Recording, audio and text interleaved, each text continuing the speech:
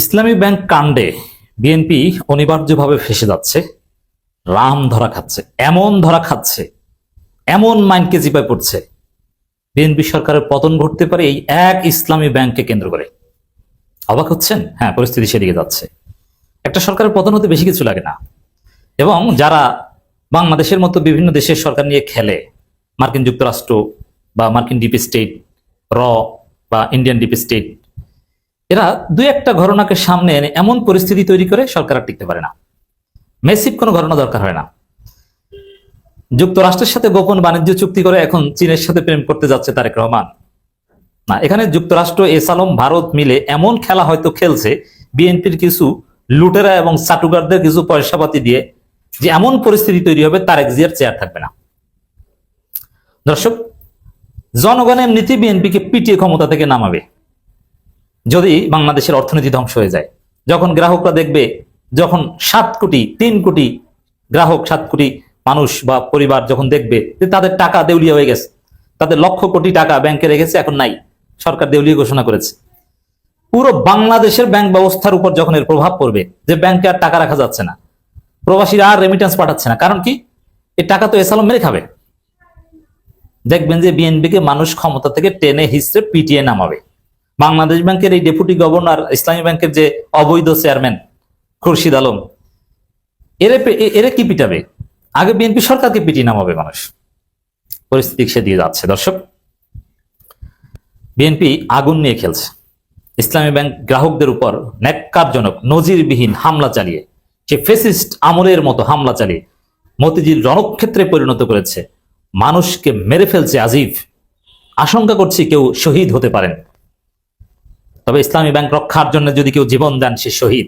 কারণ সুদের বিরুদ্ধে আপনি ইসলামী ব্যাংকিং রক্ষার জন্য, আপনার মালিকানা রক্ষার জন্য আপনি জীবন দিয়েছেন।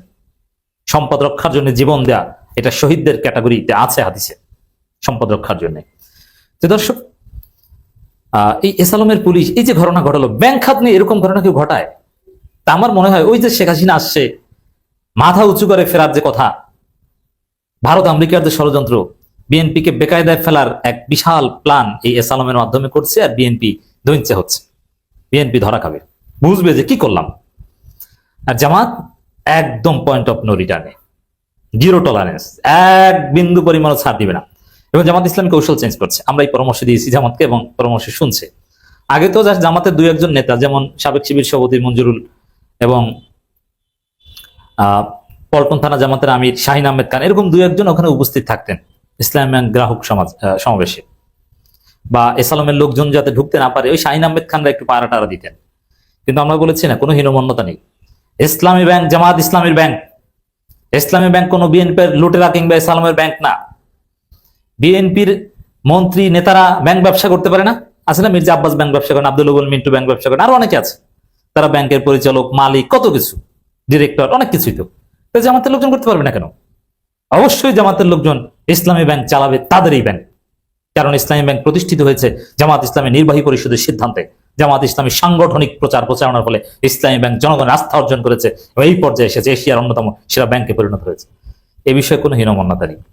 এবং আমরা এতটুকু জানতে পারছি যে জামাতের শিবিরের সাবেক সভাপতিরা, জামাতের এমপিরা সবাই সোচ্চার হচ্ছে, প্রয়োজনে সবাই রাজপথে নামবে, এই প্রস্তুতি নিচ্ছে। প্রয়োজন হলে, যেহেতু 1 বিন্দু পরিমাণ ছাড় দিবে না, প্রয়োজন রক্ত দিবে, কিন্তু ইসলামী ব্যাংকের মালিকানা আর এস আলমের বা কোনো লুটেরাদের হাতে যেতে দিবে না। প্রয়োজন ওখানে শহীদ হবে, কত গুলি করবে। এই ব্যাংক জামাতের রক্ত পানি করা ব্যাংক। হ্যাঁ, এবার পলিটিক্যালি বিষয়টা দেখবে জামাত। আমি এটা খোঁজ নিয়ে জানতে পেরেছি।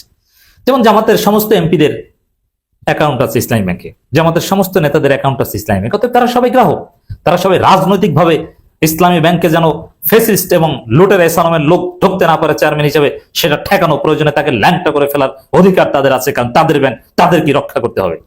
হাসিনার আমলে যেরকম ডিজিএফআই ব্যবহার করে, প্রশাসন ব্যবহার করে ব্যাংক লুট করেছে, এই সুযোগ জনগণ আর দিবে না, সেই লুটেরাদের পুনর্বাসন আর দিবে না।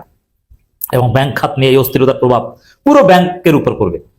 এবং অলরেডি যতটুকু ঘটেছে, যতটুকু হামলা ঘটনা ঘটেছে, জামাত যদি কিছু নাও বলে, অটোমেটিক্যালি আগামী মাসে দেখবেন যে রেমিটেন্স, বাংলাদেশের 50% রেমিটেন্স দেখবেন যে হুন্ডিতে পাঠাচ্ছে।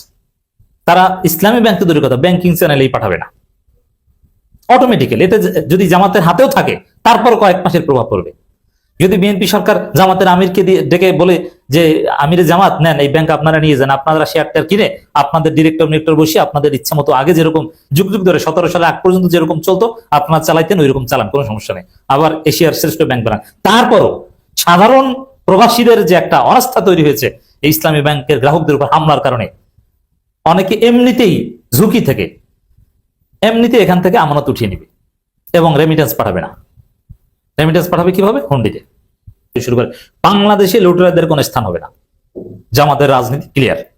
এতে বিএনপির সাথে সম্পর্ক থাকুক বা না থাকুক, তবে মারাটা খাবে বিএনপি, আবারও বলছে। কারণ আমার মনে হয় যে বিএনপিকে হাতে হারিকেন ধরিয়ে দেওয়ার জন্য এই পুলিশকে কে নির্দেশ দিয়েছে গ্রাহকদের উপর হামলা করার? আপনি খোঁজ নেন, যে নির্দেশ দিয়েছে ওই সালামের দালাল। কারণ এটাই তো বিএনপি মারা খাবে, আর শেখ হাসিনার আত্মবিশ্বাস আরো বাড়ছে এবং এগুলোর মধ্যে আওয়ামী লীগ ঢুকে পড়ার চেষ্টা করবে। তা মারাটা তো বিএনপি খাবে। দর্শক, পুলিশ গুলি চালিয়ে ইসলামী ব্যাংকের গ্রাহকদের মারাত্মকভাবে আহত করার তীব্র নিন্দা প্রতিবাদ জানিয়েছে জামাত ইসলামী আনুষ্ঠানিকভাবে। বাংলাদেশ জামাত ইসলামের সেক্রেটারি জেনারেল মিয়া গোলাম পরোয়ার এক বিবৃতি প্রদান করেন। প্রধান কার্যালয়ের সামনে ব্যাংকের স্বার্থ রক্ষা এবং নবনিযুক্ত বিতর্কিত চেয়ারম্যানের পদত্যাগের দাবিতে আন্দোলনরত গ্রাহক, এইসব পদত্যাগ না, ওর প্যান্ট খুলে ফেলতে হবে, সোজা কথা।